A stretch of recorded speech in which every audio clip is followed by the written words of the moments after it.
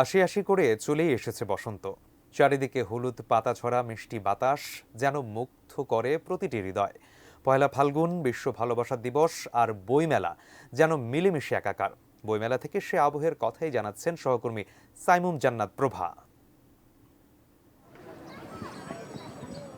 ঋতুরাজ বসন্তের আগমনের দিনে এসেছে বিশ্ব ভালোবাসা দিবস।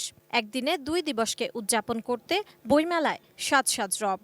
শুধু প্রকৃতিতেই নয়, মানুষের মনে পোশাকে উৎসব দৃশ্যমান। ছুটির দিন হওয়ায় বইমেলায় অন্য দিনের তুলনায় শুক্রবার ভিড় বেড়েছে। আগের তুলনায় এবারের রেসপন্সটা বেশি পাচ্ছি। এখন তো সবে শুরু হলো মেলাটা, তো আশা করছি ইনশাল্লাহ ভালো কিছু হবে। অনেক স্টল, অনেক লেখক, অনেক পাঠক দেখা যাচ্ছে।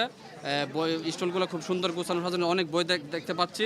বিক্রেতারা জানিয়েছেন, চলতি সপ্তাহের শুরুতে অমর একুশে বইমেলায় বই বিক্রি আশানুরূপ হয়নি। যারা আপনার বই কিনতে আসে বেশিরভাগ দেখা যাচ্ছে অনেকে ছবি তুলতে আসে, পাশাপাশি ঘুরতে আসে। তো আগের চেয়ে পাঠক কমে গেছে, এটাই সত্য কথা। পাঠকের সংখ্যা তুলনামূলক একটু কম, তবে আমরা আশা করছি পাঠকের সংখ্যা আস্তে আস্তে বাড়বে। বইমেলায় আসছি যে ওরা পছন্দ মতো যদি ওদের গল্পে বা কোনো সায়েন্স এক্সপেরিমেন্টের কোনো বই টই কিনে দেব। গত ১৩ দিনে নতুন বই প্রকাশ হয়েছে প্রায় ১,০০০। এর মধ্যে কবিতার বই সবচেয়ে বেশি। নওরোজ কিতাবের স্থান 1944 সালে আমাদের যাত্রা শুরু। সেখান থেকে আজ অবধি আমরা চলছি লেখকদের নিয়ে। এবার আমাদের প্রকাশনী থেকে ৮-১০টি বই এসছে, আরও কয়েকটি বই আসবে। সাইমুম জান্নাত প্রভা, এটিএন নিউজ, ঢাকা।